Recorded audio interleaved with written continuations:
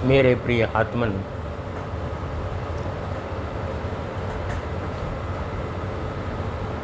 हम जब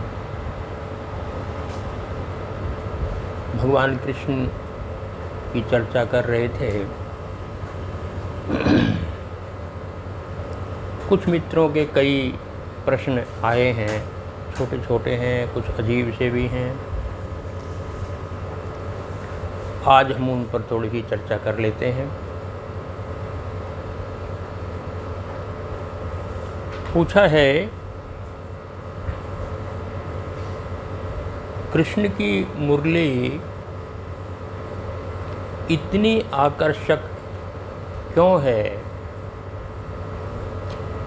कि जब वो बजती है तो गोपियाँ भागती हैं कृष्ण के पास उसकी मुरली सुनने के लिए, सब छोड़ छाड़ कर। गोपियाँ ही नहीं, कहते हैं गाय भी खड़ी हो जाती हैं उधर मुंह करके भगवान कृष्ण की तरफ, चारा खाना छोड़ देती हैं, घास चरना छोड़ देती हैं और उसकी मुरली की तान सुनती हैं, खो जाती हैं उसमें। आखिर कृष्ण की मुरली का राज क्या है? यूँ तो संगीत का अपना आकर्षण है। संगीत सबको खींचता है।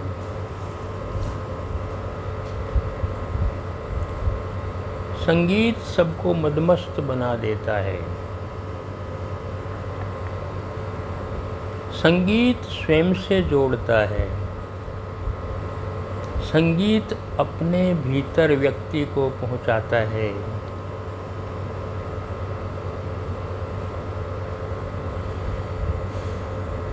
संगीत की कोई भाषा नहीं, मुरली बजती है कोई भाषा नहीं, बस मुरली है। और उस मुरली में जो स्वर फूंके जाते हैं वो किसी एक व्यक्तिवाची कृष्ण के नहीं हैं। इसको थोड़ा समझ लेंगे। बांसुरी होली है, जो ही कृष्ण अपने होठों पर रखते हैं तो कृष्ण नहीं है, ब्रह्म है, परमात्मा है।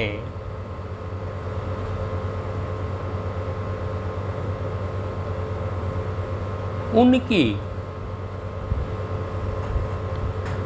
ध्वनि बांसुरी के माध्यम से निकलती है, साक्षात ब्रह्म की, परमात्मा की। तब कृष्ण कृष्ण नहीं है।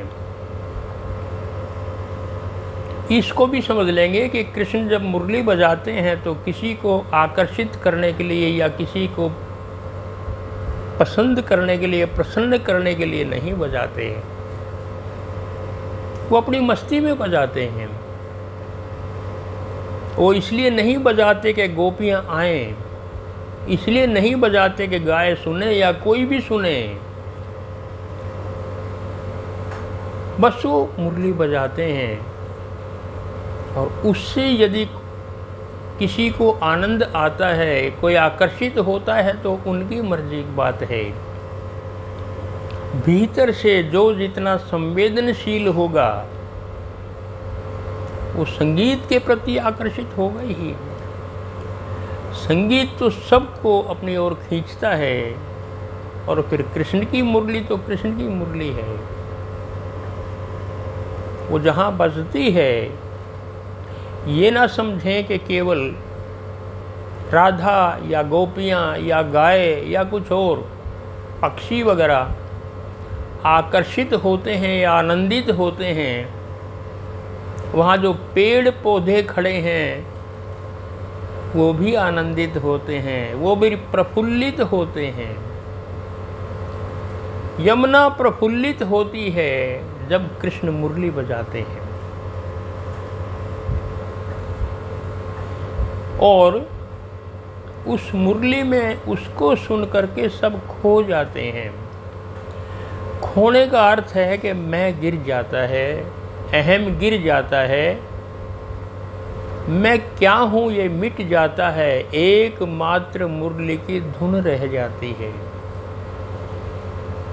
और वो धुन परमात्मा की धुन है, तो वो केवल मात्र रह जाती है बस। तो वो तो खींचेगी, आकर्षित करेगी अपनी तरफ। जब हम किसी को प्रसन्न करने के लिए कोई भी गीत गाते हैं या संगीत सुनाते हैं, वो किसी के लिए है। कृष्ण की मुरली किसी के लिए नहीं है, बस वो बजा रहे हैं, जिसको आनंद लेना हो तो लो। फूल खिलता है, कोई देख करके मुस्कुराए तो मुस्कुराए। कितने लोग पास से गुजर जाते हैं, उनको कुछ नहीं होता। अपनी संवेदनशीलता चाहिए, कृष्ण की नहीं। गोपियों में संवेदनशीलता है, उनको कुछ होता है। जरूरी बात नहीं कि सबको होता हो। और उनको मुरली के सिवाय कुछ फिर अच्छा लगता नहीं है। कहते हैं कृष्ण जो चले गए थे द्वारिका में, वृंदावन छोड़ के मथुरा में भी चले गए थे, और फिर कभी दोबारा झांक करके नहीं देखा उन्होंने।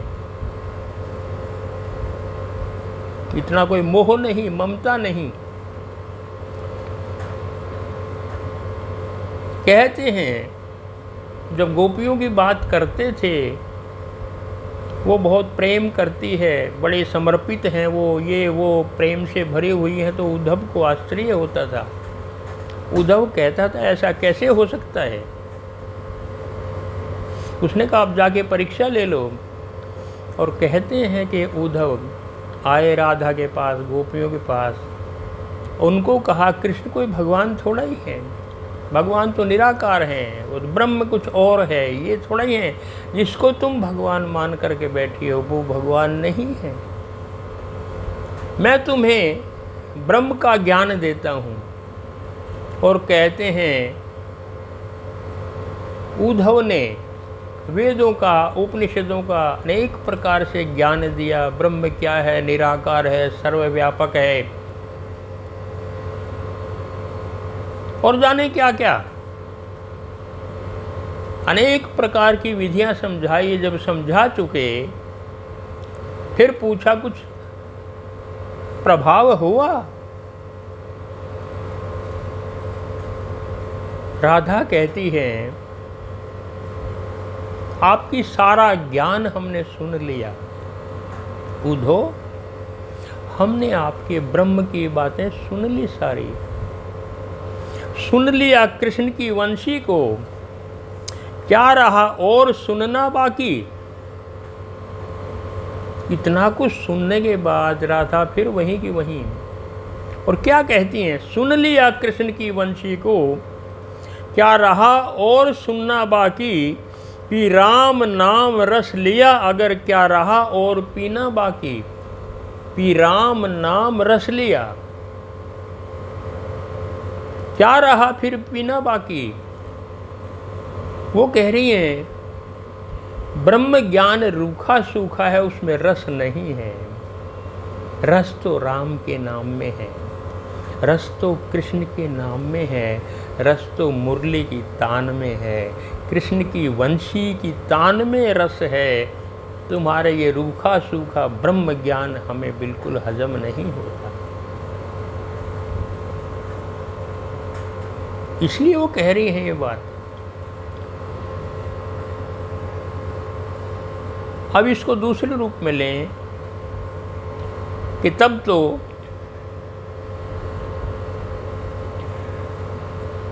आकर्षित होती थी गोपियां, सब छोड़ के भागती थी, चाहे वो कुछ भी कर रही हों। ऐसा सुना है, घर में होती थी, बंसी बजी और बस भाग ली सुनने के लिए। रामधारी सिंह दिनकर बहुत प्यारी बात कहते हैं, कभी कभी ऋषि बन जाते हैं। वो कहते हैं, रास की मुरली उठी पुकार, रास की मुरली उठी पुकार, अभी तक न कर पाई श्रृंगार। दुख है गोपियों को, रास की मुरली बज चुकी है, मेरा श्रृंगार अभी पूरा नहीं हुआ, मैं कृष्ण को रिझाने जा रही हूँ और मेरा श्रृंगार पूरा नहीं हुआ, अभी मैं तो पीछे रह जाऊंगी। ठगी सी रुकी नयन के पास, ठगी सी रुकी नयन के पास, लिए अंजन उंगली सुकुमार। आंख में अंजन लगाने के लिए स्याही लगी हुई है, लेकिन जो ही मुरली बजी उंगली वहीं रुक गई, वहीं रुक गई। लिए अंजन उंगली सुकुमार, ठगी सी रुकी नयन के पास। एकदम ध्यान वहां गया जहां मुरली बज रही है। अब अंजन लगाए कि मुरली सुने के जाए कि क्या करे। अभी तक न कर पाए श्रृंगार, अभी तक नहीं कर पाई, और श्रृंगार पूरा हुआ या ना हुआ, सब छोड़ करके गोपियां राधा भाग जाती हैं मुरली सुनने के लिए। मेरे प्रियतम को क्या रिझाना है, वो तो वैसे ही रिझे हुए हैं। ये तो तब की बात है जो राधा या गोपियां या कृष्ण साथ थे तो मुरली सुनते थे, सामने कृष्ण है सुन रहे हैं। उसके बाद भी मीरा तो केवल 500 साल पहले हुई है, वो भी कहती है भगवान कृष्ण की मुरली सुन रही हूँ। कैसे सुनती है मुरली वो? 5000 बरस बाद वो साक्षात सुनती है कि हाँ मुरली उसकी बज रही है और कृष्ण मीरा नाच रही है। उसी मुरली की तान पर मीरा नाचती है। कैसा आश्चर्य लगता है। 5000 साल बाद, अब तो कृष्ण नहीं है सामने, लेकिन वो धुन सुन रही है मीरा को। 200 साल पहले दुलन दास हुए, जगजीवन दास के शिष्य थे, बड़े प्यारे थे। क्या कहते हैं वो? जन दुल्हन अब क्या सुने, जन दुल्हन अब क्या सुने, जिन सुनी मुरलिया तान। जिन्होंने मुरली की तान सुन ली, अब और क्या सुनना बाकी रह गया। अब बताइए, 200 साल पहले हुए दुल्हन दास को मुरली सुनाई देती है। ये कौन सी मुरली है? अब तो कृष्ण नहीं है। इतना ही नहीं, सूरदास जी की यही स्थिति थी। वो भी कृष्ण के भगत थे। पहले वो सगुण उपासक थे भगवान कृष्ण के, लेकिन उस समय के आचार्य, सबसे बड़े गुरु वल्लभाचार्य, उनके शिष्य बन गए। और शिष्य बनने के बाद उन्होंने और ध्यान समाधि में डुबा दिया सूरदास को, अपने भीतर ले गए और वो निराकार विराट ब्रह्म के, विराट कृष्ण के वो उपासक हो गए। वो क्या कहते हैं? वो भी कहते हैं कि मैं तो कृष्ण की बांसुरी लगातार सुनता हूँ। वो भी 500 वर्ष पहले हुए हैं। वो भी कृष्ण की बांसुरी लगातार सुनते हैं। और इतना ही नहीं, वो कहते हैं मैं उनके रूप का दर्शन भी करता हूँ। मैं कृष्ण को देखता भी हूँ, मैं कृष्ण को सुनता भी हूँ। ये कैसे संभव है? वो कहते हैं मुरली धुन गाजा और शब्द अनाहत बाजा। मुरली धुन गाजा, मुरली की धुन बज रही है, मैं सुन रहा हूँ। मुरली धुन गाजा और शब्द अनाहत बाजा। अनाहत शब्द जो बज रहा है, मैं भी उसको लगातार कॉन्स्टेंटली सतत रूप से सुन रहा हूँ। अनाहत शब्द, इसको हम समझने का प्रयास करेंगे। संसार में कोई भी शब्द, कोई भी आवाज़ बिना आहत के नहीं होती। आहत का मतलब टकराना। बिना दो के टकराए कोई भी शब्द हो नहीं सकता। मैं बोल भी रहा हूँ तो तालू से जिह्वा टकरा रही है या कि होठों से टकरा रही है, कहीं ना कहीं टकरा रहे हैं एक अवयव दूसरे से, तो भाषा निकल रही है। बिना दो के टकराते, बिना आहत के, बिना चोट के संभव ही नहीं है कि कोई आवाज़ हो जाए। लेकिन सूरदास कहते हैं शब्द अनाहत बाजा, मैं अनहद नाद सुनता हूँ, जिसको संतों ने कहा है अनहद नाद, अनाहत बाजा सुन रहा हूँ मैं, उसमें दो के टकराने की आवश्यकता नहीं। वो करें वो बाजा बज रहा है, लगातार बज रहा है, सतत रूप से बजता है, दिन रात बजता है, प्रतिपल बज रहा है। शब्द अनाहत क्या है वो, इसके लिए हम दो शब्दों का थोड़ा सुनने का प्रयास करेंगे। आगे वो कहते हैं ऐसे सुरति निरति नेह अक्षर। कैसे सुनते हैं? एक सुरति के माध्यम से, एक निरति के माध्यम से, नेह अक्षर, जो अक्षर हैं। अक्षर का अर्थ है जिसका कभी क्षरण नहीं होता, जो कभी मिटता नहीं, सदैव रहता है, अक्षर का अर्थ ये है। वो कहते हैं जो अक्षर है सुरति, जो अक्षर है निरति, दोनों कभी मिटते नहीं हैं, अक्षर हैं, उनका कभी क्षरण नहीं होता। और ये दो शब्द ही आध्यात्म की नींव है। क्या है सुरति? जो अनहद बाजा लगातार बज रहा है इस ब्रह्मांड में, इस सृष्टि में, बिना किसी आहत के, वो निरंतर बज रहा है, उसको भगवान की मुरली कहते हैं, उसको भगवान की वीणा कहते हैं। जो ही आदमी अपने भीतर जाएगा, शांत हो जाएगा, उसको वो मुरली की तान सुनाई देगी। सतत रूप से बज रही है, प्रतिपल बज रही है, दिन रात बज रही है। वो मुरली की तान है जिसको हम सुरति कहते हैं। जो ही व्यक्ति अपने भीतर जाता है, इंद्रियों को अपने हटा करके, बंद करके, उसको भीतर से ही मुरली की तान सुनाई देती है। प्रतिपल जो बज रही है, अनाहत, अनवरत, वो भगवान कृष्ण की मुरली ही है, जिसको वो कहते हैं मैं लगातार सुनता हूँ। ऐसे ही निरति है। नृत्य का अर्थ है नेत्र से। हम नेत्र से देखें या नेत्र को बंद करके देखें, भीतर देखें, देखने से अर्थ है, करे वो भी अक्षर है, कभी क्षरण नहीं होता। और वो है भगवान कृष्ण का दर्शन। सूरदास कह रहे हैं मैं देखता भी हूँ, मैं सुनता भी हूँ। जो ही हम अपने भीतर, अब कृष्ण सामने नहीं है, जो ही हम अपने भीतर जाएंगे, आपको वो प्रकाश दिखाई देगा भगवान कृष्ण का, ब्रह्म का, परमात्मा का। और वो प्रकाश निरंतर जल रहा है, अपने भीतर प्रकाशित हो रहा है, बिना तेल के, बिना बाती के। संतों ने कहा है ना तेल है ना बाती है, बिना तेल बाती के वो निरंतर प्रकाशित हो रहा है, जल रहा है। किसका प्रकाश है? भगवान कृष्ण, परमात्मा का प्रकाश है। सूरदास कह रहे हैं मैं उस प्रकाश को देखता हूँ निरति, मैं उसकी मुरली को सुनता हूँ सुरति।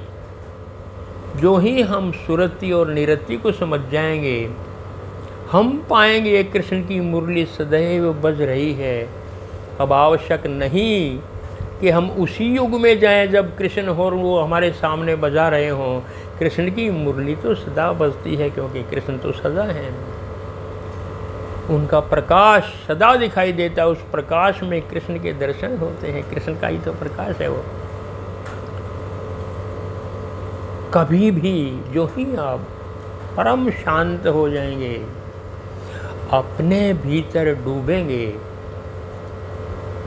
आप सुरति में भी डूब जाएंगे, मुरली लगातार सुनेंगे, आप प्रकाश में भी डूब जाएंगे, आप प्रकाश को भी देखेंगे। सुरति निरति, सूरदास का अर्थ यही है।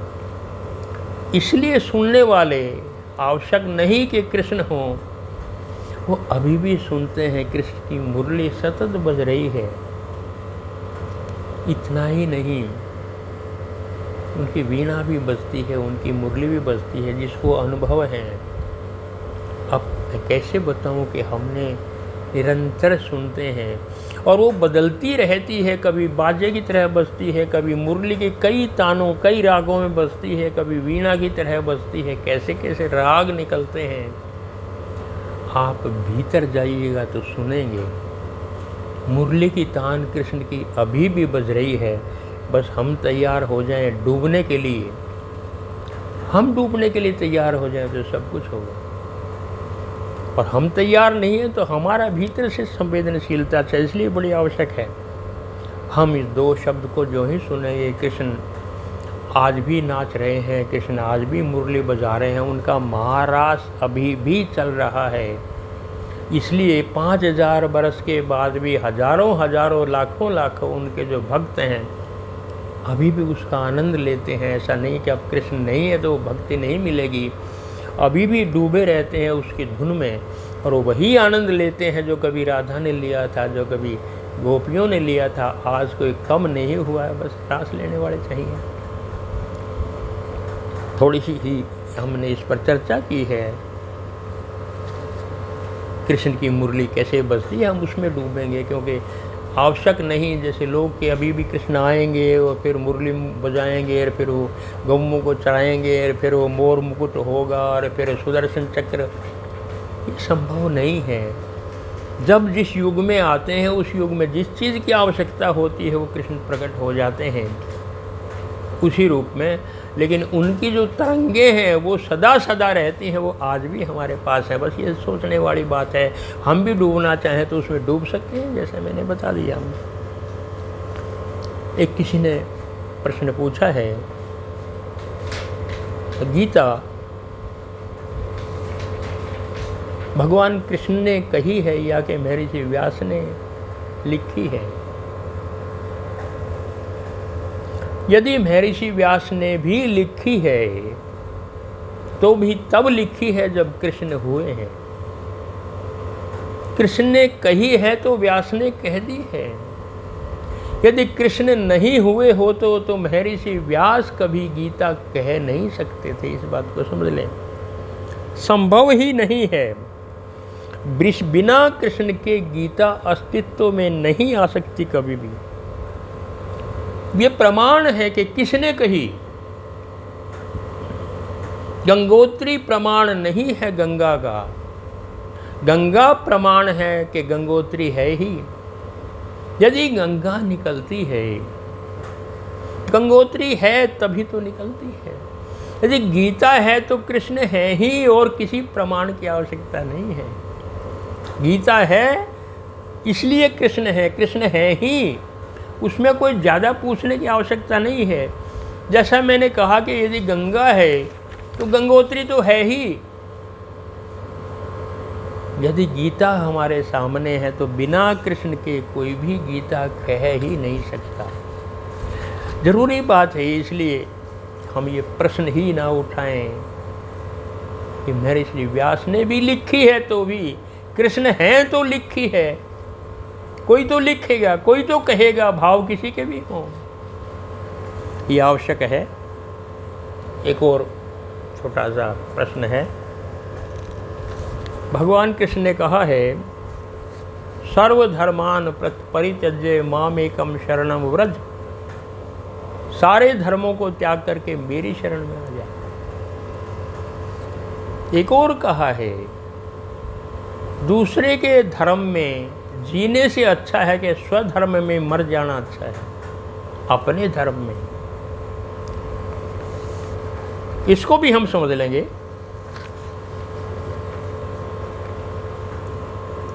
जब कृष्ण ने गीता कही थी तब कोई बहुत सारे धर्म नहीं थे, एकमात्र सनातन धर्म था। आज बहुत सारे धर्म हैं, वो जैन धर्म हो गए, बौद्ध धर्म हो गए, इस्लाम धर्म हो गए, ईसाई धर्म हो गए, और बहुत होंगे। तब तो एकमात्र एक ही धर्म था, वो था सनातन धर्म। तब उन धर्मों की बात भगवान कृष्ण नहीं करे हैं। धर्म क्या है? मैं जिस जाति में पैदा हुआ हूँ वो कर्म करना मेरा धर्म है। ब्राह्मण कुल में पैदा हुआ हूँ तो ब्राह्मण का कर्म करना मेरा धर्म है। क्षत्रिय हूँ तो क्षत्रिय का कर्म करना मेरा धर्म है। धर्म मीन्स ड्यूटी, कर्तव्य।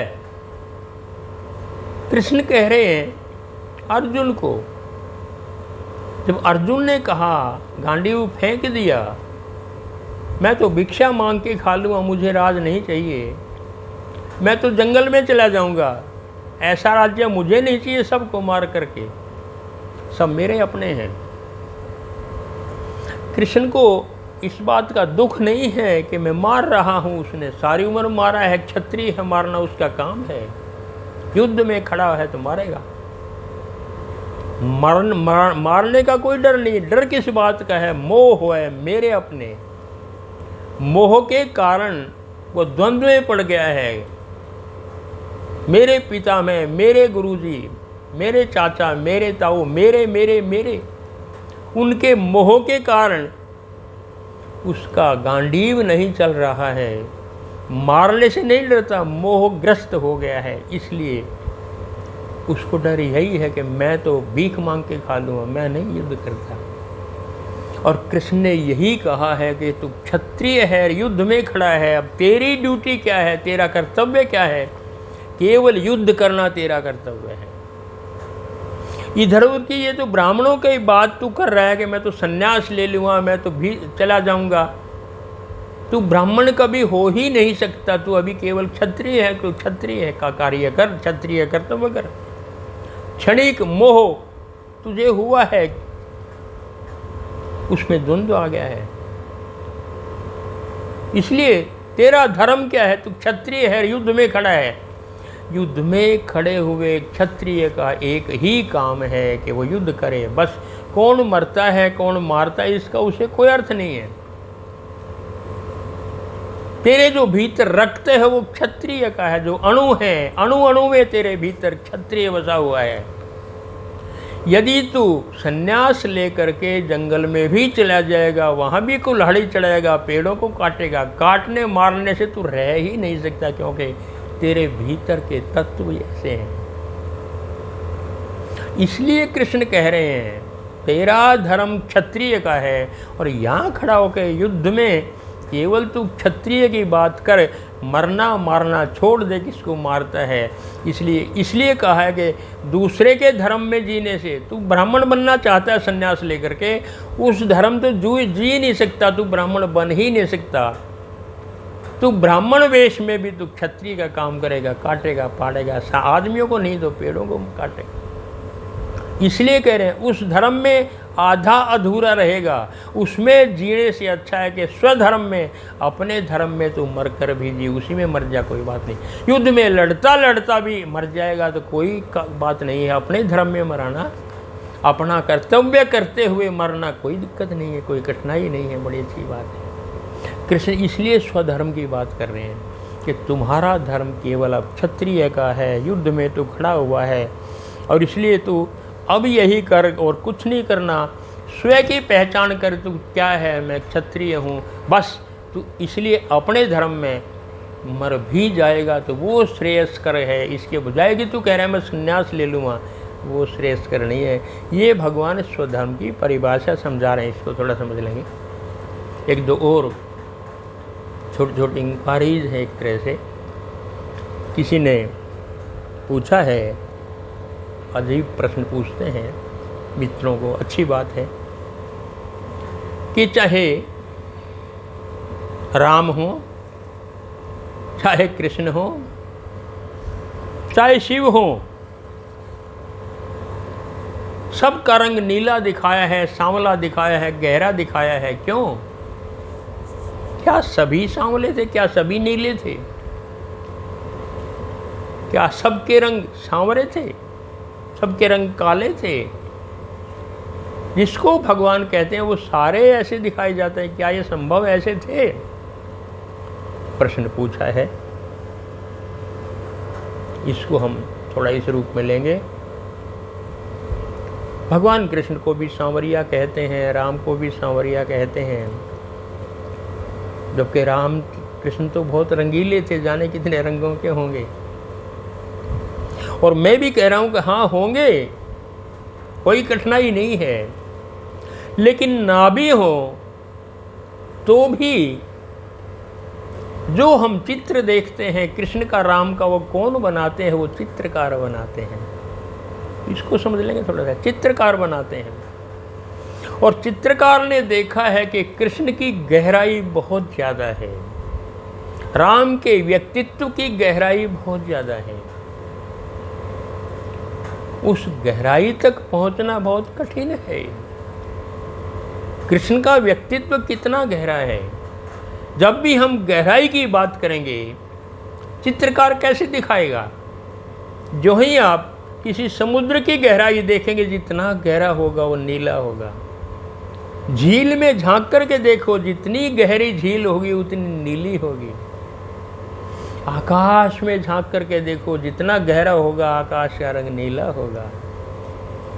गहराई का रंग होता ही नीला है, गहरा होता है, काला होता है, सांवरा होता है। और कृष्ण से ज़्यादा गहरे और कौन होंगे? उनके व्यक्तित्व गहराई को कौन नाप सकता है?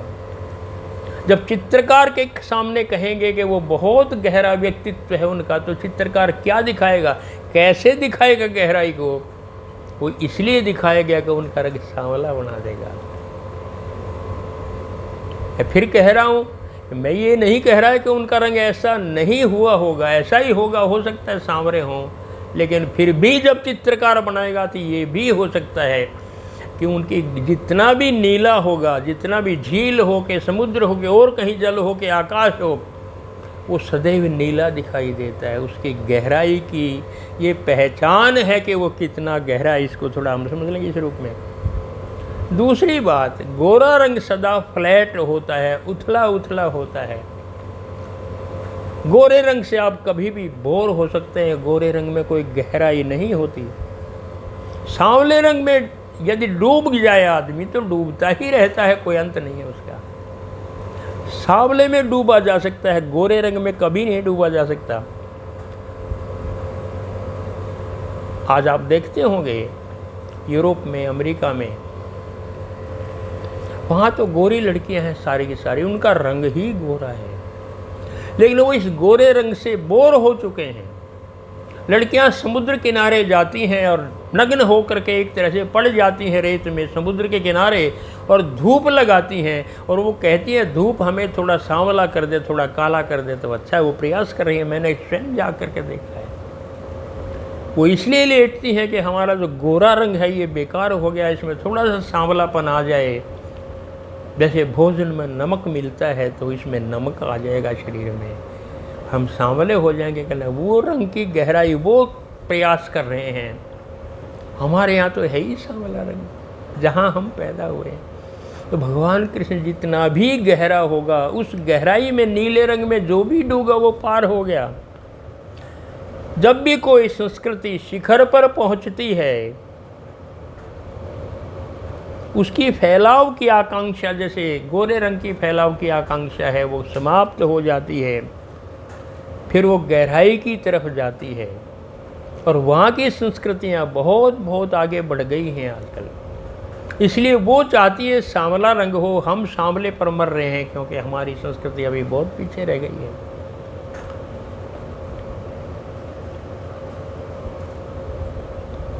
सांवला गहराई का प्रतीक है, और ना कोई राम की गहराई को माप सकता है, ना कृष्ण की गहराई को माप सकता है, ना शिव की गहराई को माप सकता है। चित्रकार जब भी दिखाएगा वो कैसे दिखाएगा? तो इसी रूप में दिखाएगा।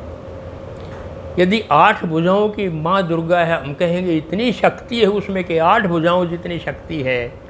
चित्रकार कैसे दिखाएगा? उसको 8 भुजाएं लगानी पड़ेंगी। होती है या नहीं होती? कहते रावण इतना विद्वान था कि उसके 10 दिमागों का ज्ञान था उसके पास। 20 भुजाओं जितनी शक्ति थी तो क्या करेगा चित्रकार, उसके 10 सिर भी बना देगा, 20 भुजाएं भी बना। एक चित्रकार की व्यवस्था है, क्योंकि उसने चित्र बनाना है, शब्द तो है। इसलिए हम समझ लेंगे कि जो गहरा रंग है, सांवला रंग है, वो गहराई का प्रतीक है। मैं संक्षेप में ले रहा हूँ। एक और बहुत प्रश्न पूछा अजीब सा, कि हम जिसको भी देखते हैं, राम हो कृष्ण हो, सबको युवा देखते हैं, जवान देखते हैं, किसी की दाढ़ी मूछ नहीं है। क्यों? क्या वो बड़े बूढ़े नहीं हुए? क्या उनको दाढ़ी मूछ नहीं आई? पुरुष हैं तो कैसे नहीं आई होगी? हाँ, निश्चित रूप से राम हो कृष्ण हो वो बड़े भी हुए हैं। यदि युवा से वो बचपन से युवा हुए हैं 20-25 साल के, उसके बाद वो बड़े भी हुए हैं, बूढ़े भी हुए हैं, और पूर्ण पुरुष हैं तो उनको मूछें भी आई है, उनको दाढ़ी भी आई है, लेकिन हमने बनाई नहीं। क्यों? हमारा चित्त उनको उसी सौंदर्य में देखना चाहता है। उनको कभी हम वृद्ध अवस्था में देखना ही नहीं चाहते। हमें क्या सौंदर्य लगता है? बिना दाढ़ी मूछ का सुंदर लगेगा, चिकना चुपड़ा चेहरा हो ऐसा सौंदर्य लगेगा हमें। हम उसी रूप में देखना चाहते हैं। इसलिए हमें उनके जितने मूर्तियां बनाई हैं वो सारी की सारी इस रूप में है कि वो बिल्कुल युवा हैं, ताज़ा हैं और सदा युवा रहेंगे। इसी रूप में हमने उनकी मूर्तियां बनाई हैं।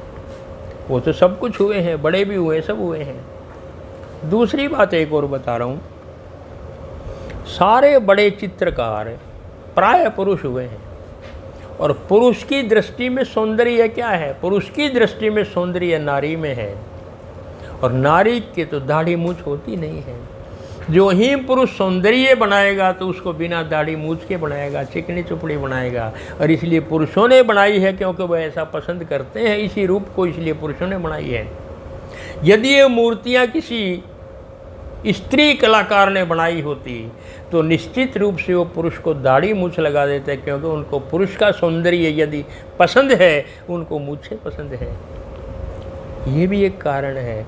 इसलिए नारियों क्योंकि चित्रकार नहीं है, इसलिए सारी मूर्तियाँ सारी पुरुषों ने बनाई हैं, और उन्होंने अपनी पसंद की बनाई है, क्योंकि वो ऐसा ही रूप पसंद करते हैं। स्त्रियाँ बनाती है तो वो निश्चित रूप से पुरुष रूप में जो भी होता है वो सब कुछ बनाती, और हम युवा ही देखना चाहते हैं। इसलिए ना राम कभी बूढ़े हुए ना कृष्ण हुए, हमारी चेतना में, हमारी दृष्टि में बाकी हुआ तो सब कुछ है।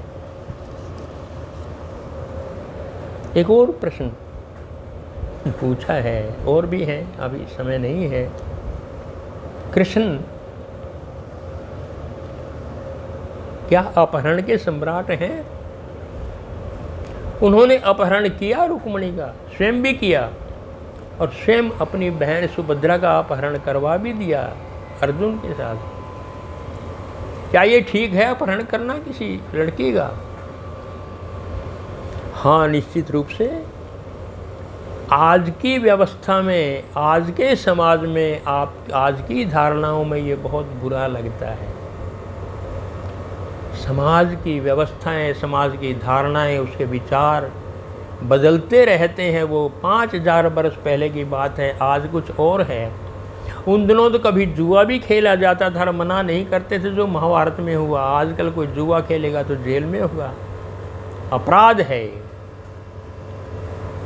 उस समय की व्यवस्था यही थी कि प्रत्येक लड़की चाहती थी कि यदि मैं सुंदर हूँ तो मेरा अपहरण करना चाहिए। कोई ऐसा वीर हो जो मुझे चुरा करके मुझे अपहरित कर करके ले जाए, उसमें अपना गौरव मानती थी वो। ये समझ लीजिए आप, गौरवान्वित होती थी कि मैं इतनी सुंदर हूँ, यदि मुझ में इतना आकर्षण है तो क्या कोई ऐसे पुरुष नहीं जो मेरे लिए प्राण भी न्यौछावर कर दे, मुझे इस तरह से ले जाए। इसलिए कभी इसी प्रकार के क्षत्रिय हों या दूसरे हों, बाकायदा अपने सैनिकों को लेकर के आते थे, घोड़े पर आते थे, तलवार लेकर के आते थे, रथों पर आते थे, और वो युद्ध करके भी अपहरण करके ले जाते थे। लड़की अपना सौभाग्य मानती थी कि मेरे में इतना आकर्षण है कि मेरे लिए कोई तलवारें चला सकता है, युद्ध कर सकता है। समाज की व्यवस्था है। आज ऐसा नहीं है, लेकिन आज भी प्रतीक रूप में आप देखेंगे कि जो बारात पीछे जाती है वो क्या है, दूल्हे के पीछे बारात क्या है? वो सैनिक हैं, वही जो कभी अपहरण करने के लिए जाते थे उसके साथ जाते थे सैनिक। आज भी घोड़े पर जाते हैं, आज भी रथ पर जाते हैं, आज भी तलवार लटका दी जाती है प्रतीक रूप में दूल्हे के पास, और कुछ नहीं है, वो वही प्रतीक है जो कभी तलवार हुआ करती थी। चल रही है, परंपरा है, कभी ये होता था, आज केवल वो रिवाज बन गया है। देख देख के रिवाज बन जाता है, लोग समझते नहीं ऐसा क्यों है। नहीं तो बारात की आवश्यकता क्या है? ये सब सैनिक हुआ करते थे, तलवार लटकाते हैं, आवश्यकता क्या है? वो तलवार होती थी, घोड़े पर रथ पर जाते हैं, उसी पर तो जाते थे कभी अपहरण करने के लिए। ये बारात हो के सैनिक हो के तलवार हो, इतना ही नहीं, जो ही बारात आती है, लड़की के घर की जो स्त्रियां होती हैं वो गाली देना प्रारंभ करती हैं, वो बारातियों को गाली देती हैं, जिसको हम सीटने कहते हैं। क्या है गालियां? जब लड़की का अपहरण किया जाता है तो उनको दुख होता था, लड़की के माँ बाप को, उनकी औरतों को, स्त्रियों को तो वो गालियां देती थी। गालियां ही देंगी, वो तो तुम ज़बरदस्ती हमारी लड़की को ले जा रहे हो।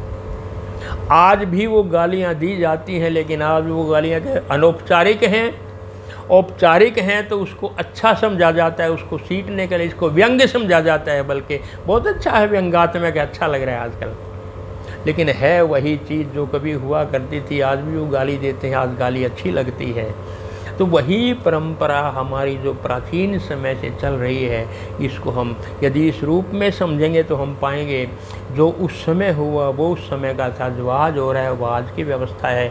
समाज की धारणाएं, परंपराएं, समाज की व्यवस्थाएं बदलती रहती हैं, हजारों साल में तो सब कुछ बदल जाता है।